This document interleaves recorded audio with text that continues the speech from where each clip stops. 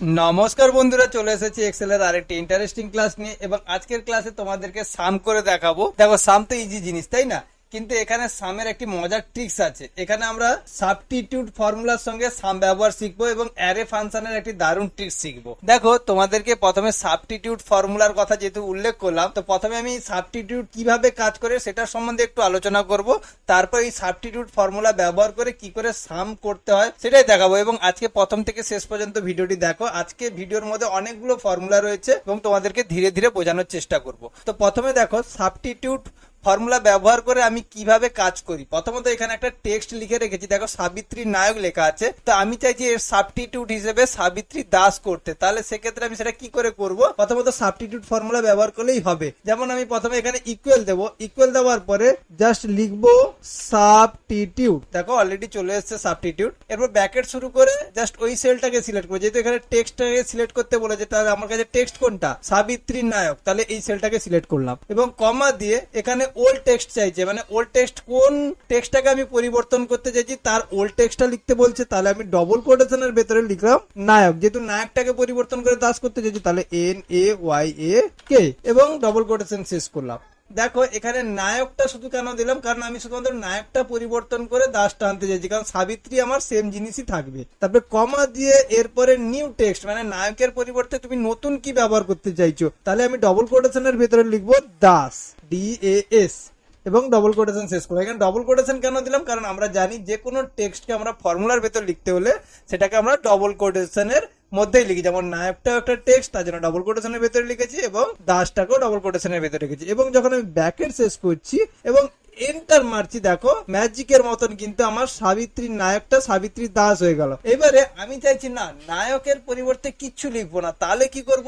তাহলে আমি আবার ফর্মুলার ভেতর ঢুকলাম। দেখো যেখানে আমি দাস লিখেছিলাম না, সেই জায়গাটা শুধু কেটে দেবো, কিন্তু আমার ডবল কোটেশন শুরু শেষ থাকবে। কারণ ডবল কোটেশন শুরু শেষ মানে এখানে ব্ল্যাঙ্কে শো করাচ্ছে, মানে এখানে আমি চাইছি নায়কের পরিবর্তে ব্ল্যাঙ্কটাকে শো করাতে। এই মুহূর্তে যদি আমি এন্টার করি, তাহলে আমার কিন্তু দেখো সাবিত্রী শো করছে। এবার এই ফর্মুলাটাকে ব্যবহার করে আমি কি করে সাম করব এবং এটা কেন প্রয়োজন সেটাও আমি তোমাদেরকে বলে দিচ্ছি। দেখো প্রথমত আমি দুটো টেবিল তৈরি করে রেখেছি, দেখতে পাচ্ছ, ফার্স্ট এবং সেকেন্ড। এবার ফার্স্ট টেবিলে যেটা আমি তৈরি করে রেখেছি সেখানে অ্যামাউন্টের ঘরে দেখো অ্যামাউন্টের পাশে RS যোগ করা আছে, অর্থাৎ রুপিস যোগ করা আছে। এই রুপিসটা যোগ করার জন্য এটা কিন্তু টেক্সট আকারে শো করছে। কেন?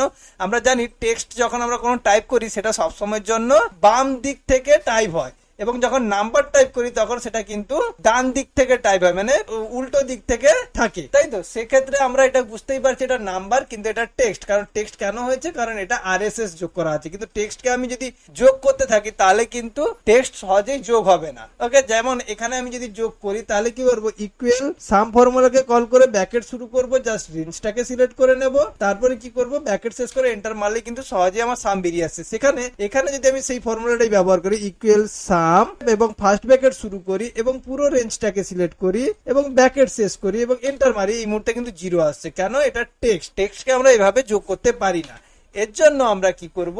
এখানে সাবস্টিটিউট ফর্মুলা ব্যবহার করব এবং অ্যারে ফাংশনের ব্যবহার করব। তো আজকে কিন্তু ভালো করে মন দিয়ে দেখো। প্রথমত এটা তোমাদেরকে কেন বোঝালাম সাবিত্রী দিয়ে, সেটা হচ্ছে তোমার সাবস্টিটিউট ফর্মুলার কাজটাকে বোঝালাম। এবার এইখানে দেখো তোমাদেরকে আলাদাভাবে এই টেক্সট থেকে অ্যামাউন্টে কনভার্টটা দেখিয়ে দিই। দেখো এখান থেকে অ্যামাউন্টে কনভার্ট করতে হলে প্রথমত ইকুয়াল দেবো। ইকুয়াল দেওয়ার পরে আমি কি করব? সাবস্টিটিউট ফর্মুলাকে কল করব প্রথমত, কারণ RS কে আমি তুলবো। সাবস্টিটিউট ফর্মুলাকে কল করার পরে ব্র্যাকেট শুরু করব। তারপর কি করব? আমার টেক্সটের ঘর যেহেতু আমার এখন অ্যামাউন্টের, তাই এটাকে সিলেক্ট করলাম, অ্যামাউন্টের সেলটাকে সিলেক্ট করলাম এবং কমা দিয়ে এখানে আমি কি চাইছি যে RS এর পরিবর্তে ব্ল্যাঙ্ক। তাহলে প্রথম আমার ওল্ড থাকবে RSS, তাহলে ডবল কোটেশনের ভিতরে লিখলাম RS ডট, কারণ অ্যাকচুয়ালি RS হচ্ছে টেক্সট, তার জন্য আমি ডবল কোটেশনের ভিতরে দিয়ে দিলাম এবং কমা দিয়ে ডবল কোটেশন শুরু এবং শেষ করলাম। কেন ডবল কোটেশন শুরু শেষ করলাম? কারণ আমি চাইছি RSS এর পরিবর্তে ব্ল্যাঙ্ক আনতে, তার জন্য ডবল কোটেশন শুরু করলাম এবং কিছু না লিখেই আবার কিন্তু আর ডবল কোটেশন শেষ করে দিলাম। তার মানে কি ডবল কোটেশনের ভিতরে ব্ল্যাঙ্ক, কিছু নেই, এবং ব্র্যাকেট শেষ করলাম। অর্থাৎ এখানে তোমাকে বোঝালাম যে RSS এর পরিবর্তে আমি কিছু নিতে চাইছি না। এবং এন্টার মারলে এই মুহূর্তে তোমরা দেখতে পাচ্ছ যে এখানে আমার অ্যামাউন্টটা বেরিয়ে এসছে, RSS টা উঠে গেছে। এবারে আমি যদি ড্র্যাগ করে নিচের দিকে টানি তাহলে অটোমেটিক্যালি চলে এসছে। কিন্তু এখানে খেয়াল করলে দেখবে তোমরা, এটা কিন্তু আমার বাম দিক থেকে আসছে, মানে এখনো কিন্তু টেক্সট আকারেই আছে, ভ্যালুতে আসেনি। তাহলে ভ্যালুতে আনতে হলে আমি কি করব? জাস্ট এই যে সাবস্টিটিউট ফর্মুলা ইউজ করেছি তার সবার শেষে +0 করে দেবো। এটা মনে রাখো, এটাও কিন্তু একটা রুল। মানে যখনই আমরা সাবস্টিটিউট করবো সেটাকে যখন নাম্বারটাকে বের করলাম তার সঙ্গে সেই নাম্বারটাকে যদি আমি নাম্বারে কনভার্ট করতে চাই, মানে টেক্সটে থাকে, নাম্বার থাকলে সেটা টেক্সটে থাকে, কিন্তু আমি যখন সেই নাম্বারটাকে নাম্বারে কনভার্ট করতে যাবো তখন +0 দিয়ে দেবো। তখন এন্টার মারলে দেখো এটা কিন্তু ডান দিকে চলে এসেছে, তার মানে এটা নাম্বারে কনভার্ট হয়ে গেছে এবং ড্র্যাগ করে নিচের দিকে টানলে কিন্তু সহজেই নাম্বারে কনভার্ট হয়ে গেল। এবার তুমি এখান থেকেও টোটাল করতে পারো, কিন্তু না, আমি চাইছি যে আমি এইখানে এই সূত্রের ভেতরেই কিন্তু আমি সাম করতে চাইছি। তাহলে সেটা কি করে করব সেটাই তোমাদেরকে দেখাবো। তার জন্য আমি এই টোটালের ঘরে পুরো অ্যারে ফাংশনটা লিখ, দেখো ইকুয়াল দেবো। ইকুয়াল দেওয়ার পরে প্রথমে আমি সেম ভাবেই একই কাজ করব, জাস্ট লিখবো সাব টোটাল, অলরেডি চলে এসেছে সাব টোটাল। ওকে, ব্র্যাকেট শুরু করলাম। এবারে এখানে টেক্সট আমি পুরো রেঞ্জটাকে সিলেক্ট করব, মানে আমার তো পুরোটাকে নিয়ে যোগ করতে হবে, তাহলে পুরোটাকে সিলেক্ট করব এবং কমা দিয়ে এখানে আমি আরএসএস এর পরিবর্তে ব্ল্যাঙ্ক চাইছি, তাহলে ডবল কোটেশনের ভেতরে আর এস ডট এবং ডবল কোটেশন শেষ করলাম এবং কমা দিয়ে এরপরে আরএসএস এর পরিবর্তে আমি কি চাইছি ব্ল্যাঙ্ক, তাহলে আমি ডবল কোটেশন শুরু করব এবং শেষ করব, মানে ডবল কোটেশন শুরু শেষ মানে তার মাঝখানে কিছু দিলাম না, অর্থাৎ আরএসএস এর পরিবর্তে আমি ব্ল্যাঙ্ক চাইছি এবং ব্র্যাকেট শেষ করলাম। এবারে আমি এর সঙ্গে কি করব, সংখ্যাতে কনভার্ট করার জন্য +0 দেব। এবার এটা তো আমার চলে এলো সাবস্টিটিউট করে, আমার টোটালটা পুরো রেঞ্জটাকে নিয়ে আমি আরএসএস এর পরিবর্তে নাম্বারে ব্ল্যাঙ্ক রেখে দিলাম এবং এটাকে সংখ্যাতেও কনভার্ট করে নিলাম। এরপরে এটাতে আমি সাম করতে চাইছি, তাহলে সাবস্টিটিউটের আগে আমি কি করব, সাম ফর্মুলাকে কল করব। সাম ফর্মুলাকে কল করে ব্র্যাকেট শুরু করব, একদম শেষে এসে ব্র্যাকেট শেষ করব। তাহলে আমার কি হলো, এখানে সাবস্টিটিউটের মাধ্যমে পুরো রেঞ্জ থেকে আরএসএস টাকে তুললাম এবং +0 দিয়ে একে সংখ্যাতে কনভার্ট করলাম এবং পুরো সংখ্যাটাকে সাম করে যোগ করে দিলাম এবং এন্টার মারলাম। এন্টার মারার সঙ্গে সঙ্গেই কিন্তু আমার দেখতে পাচ্ছ অটোমেটিক্যালি যোগ হয়ে গেছে।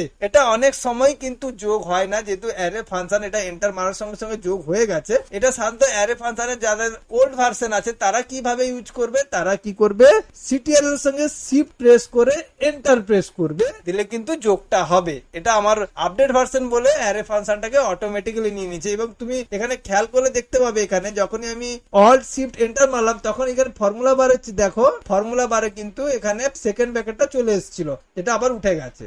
ওকে, আমি যখন এন্টার মারছি এখানে যোগ হয়ে যাচ্ছে, কিন্তু আমি যখন এরপর ক্লিক করি সিটিআরএল শিফট এবং এন্টার মারবো সঙ্গে সঙ্গে এটা যোগ হচ্ছে, কিন্তু অ্যারে ফাংশনের যোগ হচ্ছে। সেটা তুমি প্রমাণ পাবে কি, ফর্মুলা বারে একটু জুম করে নাও, তোমরা দেখতে পাবে, দেখবে সেকেন্ড ব্র্যাকেট শুরু এবং শেষ হয়ে গেছে। এটাই হচ্ছে অ্যারে ফাংশনের কাজ, কিন্তু আমার আপডেট ভার্সনের জন্য অ্যারে ফাংশনকে অটোমেটিক্যালি নিয়েছে এবং যোগটাও হয়ে গেছে। তাহলে আমরা সহজেই কিন্তু এরকম টেক্সট ফাইল থেকেও যোগ করতে পারবো। দেখো এখানেও সেম অ্যামাউন্টটাই নিয়েছিলাম, এখানে যে অ্যান্সারটা বেরিয়েছিল সেম অ্যান্সারই বেরিয়েছে। তার মানে সহজেই কিন্তু আমরা সাবস্টিটিউট ব্যবহার করে সামটাকে ব্যবহার করে কিন্তু যোগ করতে পারবো। এইরকম কিন্তু অনেক কোশ্চেনই ইন্টারভিউতে হয়, এই ধরনের কোশ্চেন ইন্টারভিউর জন্য খুব ইম্পর্টেন্ট। তবে ওল্ড ভার্সন হলে আমি বললাম ডাইরেক্ট এন্টার মারলে আসবে না, তার জন্য তুমি কি ইউজ করবে, এই অ্যারে ফাংশন যখন ইউজ করবে তখন সিটিএল এর সঙ্গে শিফট প্রেস করে এন্টার প্রেস করবে, তখনই কিন্তু এইভাবে টোটাল হয়ে বেরিয়ে আসবে। তো আশা করছি আজকের ক্লাস থেকে নতুন কিছু শিখতে পেরেছো। যদি শিখে থাকো তাহলে অবশ্যই চ্যানেলটিকে সাবস্ক্রাইব করো এবং সঙ্গে থাকো। অসংখ্য ধন্যবাদ, বাই।